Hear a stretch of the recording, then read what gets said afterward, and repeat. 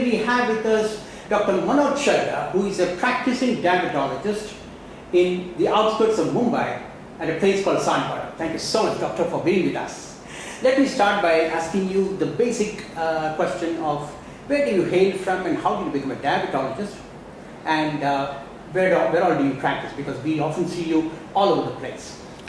I was born in Chennai. I guess you didn't know that. No. That was surprising. Yeah. But I'm a Punjabi by blood, and I've been in Mumbai since 1978. Okay. So that's a long time. Makes me Mumbaikar. I got into endocrinology and diabetes, I think, more by chance than choice. Okay. Because in good old days, depending upon your marks, you went into cardiology and neurology and gastroenterology. Are you also from Nair Hospital, like most diabetologists? No, I'm from KEM Hospital. I'm a product of KEM Hospital. And I was very fortunate to be with one of the best guys around, Dr. Bhandarkar. I was a student from 83 to 86, and I qualified in 87 as an endocrinologist. Okay. And doctor, continue. Yeah, no, and then the rest is history. And where all I practice? practice at the center at Vashi, Sanpada, Okay. Navi Mumbai, Okay. and I'm a consultant endocrinologist at PD Hinduja Hospital. Lovely. Now, doctor, can you also tell us about the kind of profile of your patients? Because we often see that doctors, for instance, when they come from Kem's Corner, they have a particular profile of patients. Somebody in Bhinder would have a different kind of profile. What kind of profile of patients come to you here in Sanpada? No, I see all types of patients. I've got some of the poorest patients that you can think of in the city. I've got a large middle class population coming here. You've got some of the hi-fi industrialists, technocrats, politicians, bureaucrats. I guess I cater to practically everyone who needs my help. Okay. There are two very related questions, but I'll come to that in a bit. First of all, doctor, let us get into the deal. I mean, we get the largest number of emails on two issues. One is about cost, how to manage them, and second is about diet. People send us questions like, can I have 2 3+ in the morning? What happens if I have a third one? All that questions. What is the thumb rule that you apply to type 2 diabetics, elderly diabetics, who have problems with controlling their diet because they are obese as well as overweight, and what do you recommend to them? If I ask you in breakfast, lunch and dinner. No, I think what you need to keep in mind to begin with is, whenever you talk of a regimented scheme of things, people don't like it. It doesn't work. It doesn't work. So let's say, to begin, that Indian diet, our traditional Indian diet, is the best thing that you can have. The next thing is, we don't like to use the word diabetic diet.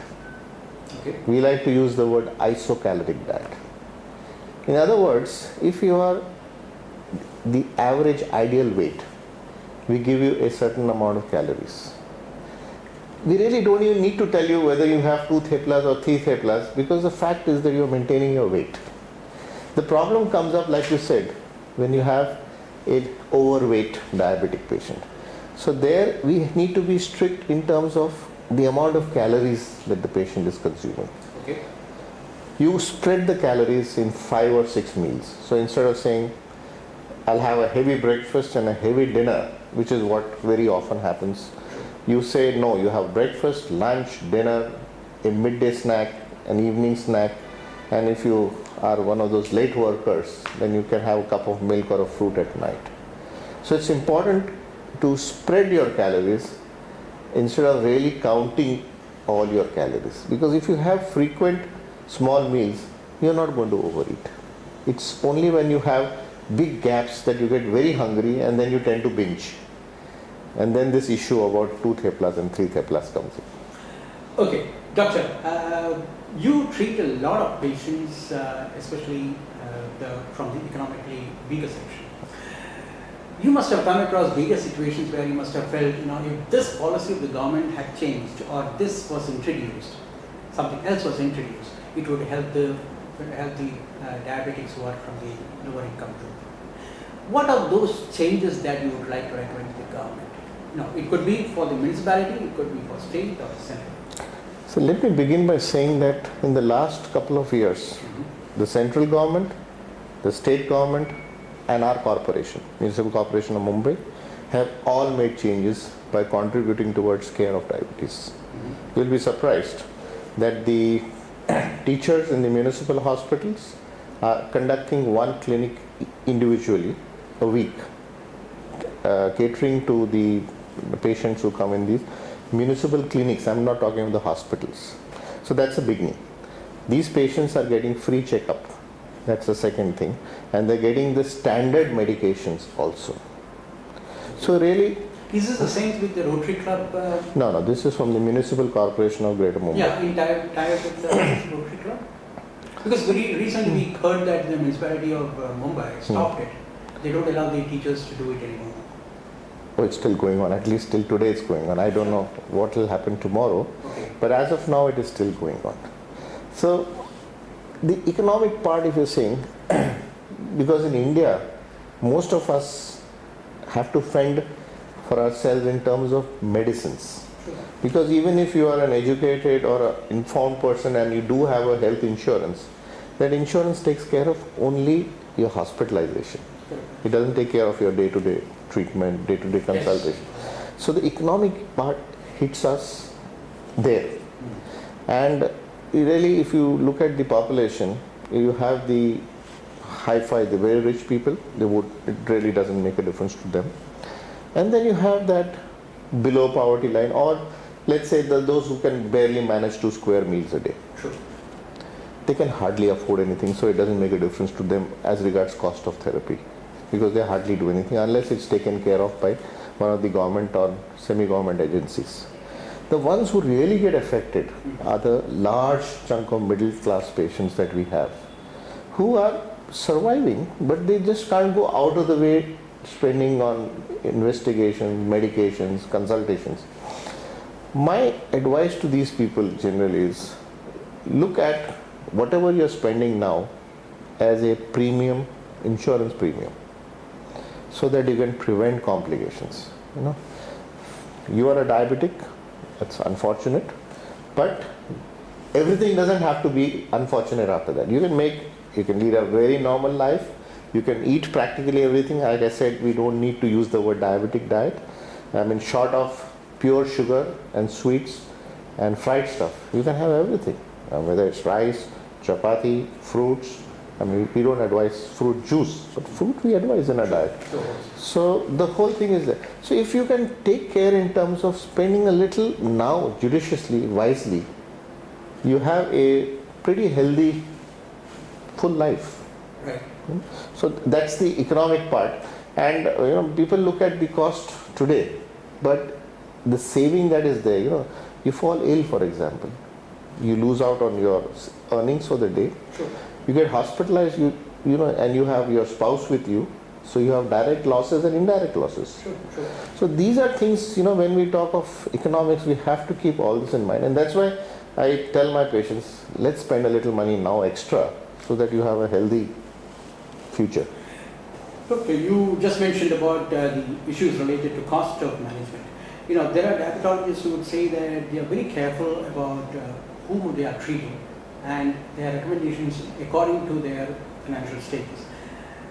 2 examples. One is that a doctor in Ghatkopar was telling us that he would not recommend analogs for poor patients because they are simply out of reach. Okay, the new ones which are not. And secondly, there is a doctor in Bangalore who was quite, that statement is quite a tragic one. It was a lady doctor and she's a Muslim and treats mostly Muslims. And she says, you tell the patients you need to have so many drugs and this much of insulin. On the way out, the patient would actually turn around and say, instead of 4 drugs, can I just have 1? Or instead of 60 units per day, can I have just 20? Because for them, having the meal itself is a luxury. So where is the question of insulin? Yeah, so let's be very clear, like what you said. First you need basic life necessities. And then you're talking of a family also. Suppose it's the earning member who's affected, it's going to make a big difference. The cost of therapy has to be tailored to the patient's pocket. There is no idea me telling, no, only analogs for my patients. when the patient can't afford 2 square meals. True. So at least some form of treatment, even if it's a ordinary insulin or one of the old form of tablets, has to go in, because that's better than no treatment.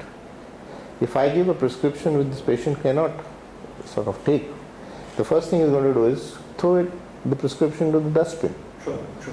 So at least, let's get one thing very clear. The various international, national bodies say that try to target an A1C of 7%. I know where this is going. Yeah, you can look at international studies, you look at our data. I'll tell you something a little depressing, that we've had some big studies in good centers across the country in the last couple of years, and the average A1C, when you do at a random thing, works out to about 8.7 to 8.9%. Right? So we are far, far away from ideal. So let's not talk of ideal. Having said that, I don't want to make it gloomy. What I want to say is that the UKPDS, which is our gospel, our Bible, the UKPDS, the DCCT, they very clearly tell us that if you can reduce the A1C by 1%, you can reduce your risk of complications by 25 to 40%. Oh. So they don't say that you have to get to 7%. They say reduce it by 1%. And that's where we need to begin with. If you have a patient whose A1Cs are 11, Yeah. there's no idea talking to him about 7. Let's talk about 9.5 to him first. Doctor, there are also situations where we meet a dentist who would say that a patient comes from a diabetologist with sugars which are 250 and 300, and the diabetologist would say if you can do the extraction at that level, and the dentist would refuse. What is most surprising is why is controlling sugar so difficult? Can't insulin simply be administered and control the sugar? See, this dental story, or any infection for that matter, it's like which comes first, the hen or the egg. It's a vicious cycle. So the dental problem, the pain, the underlying infection can raise the sugar, and it leads to insulin resistance. It makes tablets not work, so the sugars get worse, and then the infection gets worse. Okay. So somewhere you have to break that cycle. Probably go all out, use 2 or 3 doses of insulin, get the sugars not to the ideal value, but at least to say 200 or so that the dentist can do his work, Sure. treat the infection, and set the cycle in such a way that you can reverse the changes. So both the diabetologist and the dentist have to work together. The same thing applies for a foot infection, it applies for a chest infection, it applies for tuberculosis. Both the specialists have to work together. Can it ever happen that blood sugar cannot be controlled at all, even with insulin? Can I tell you something interesting? Yes. The answer to that is no. You will always be able to control. Exactly. On an average, a normal person produces 1 unit per kg body weight per 24 hours. That's a normal average person. That is by his pancreas. By his pancreas. Okay. So in other words, that's the maximum amount of insulin that you would require. Now the extreme case is a type 1 diabetic who doesn't make any insulin. True. So what would his maximum requirement be? 1 unit per kg body weight, because per 24 hours, that's what a normal person makes. Unless we're talking of someone who's had an infection or infarction or tuberculosis or something. But an average type 1 diabetic will need 1 unit per kg body weight per 24 hours. Now there are certain situations where the requirements go up. Certain endocrine disorders, certain medications, steroids. But the extreme case that I want to tell you, we had 2 patients in the medical college when I was there, is we needed 7,000 units for 24 hours. This is a state where the insulin receptors are defective, or you can have antibodies directed towards the receptor, so they don't allow the insulin to bind to the receptors. Type 2, typical. Type 2, normal looking people. They are not obese, they are pretty thin, but we've had 2 patients like this, who needed up to 7,000 units. So if you do mental calculation, divide that by 24 hours, we are talking of nearly 300 units per hour. So we had to keep this patient in the ICU, give intravenous insulin, but we controlled it. So it's a question of working hard, and then this lady, we confirmed that she had antibodies. We put her on a low dose of steroids, and today she's doing very well on a small dose of insulin. I mean, for the last 10, 20 years? No, last about 5-6 years.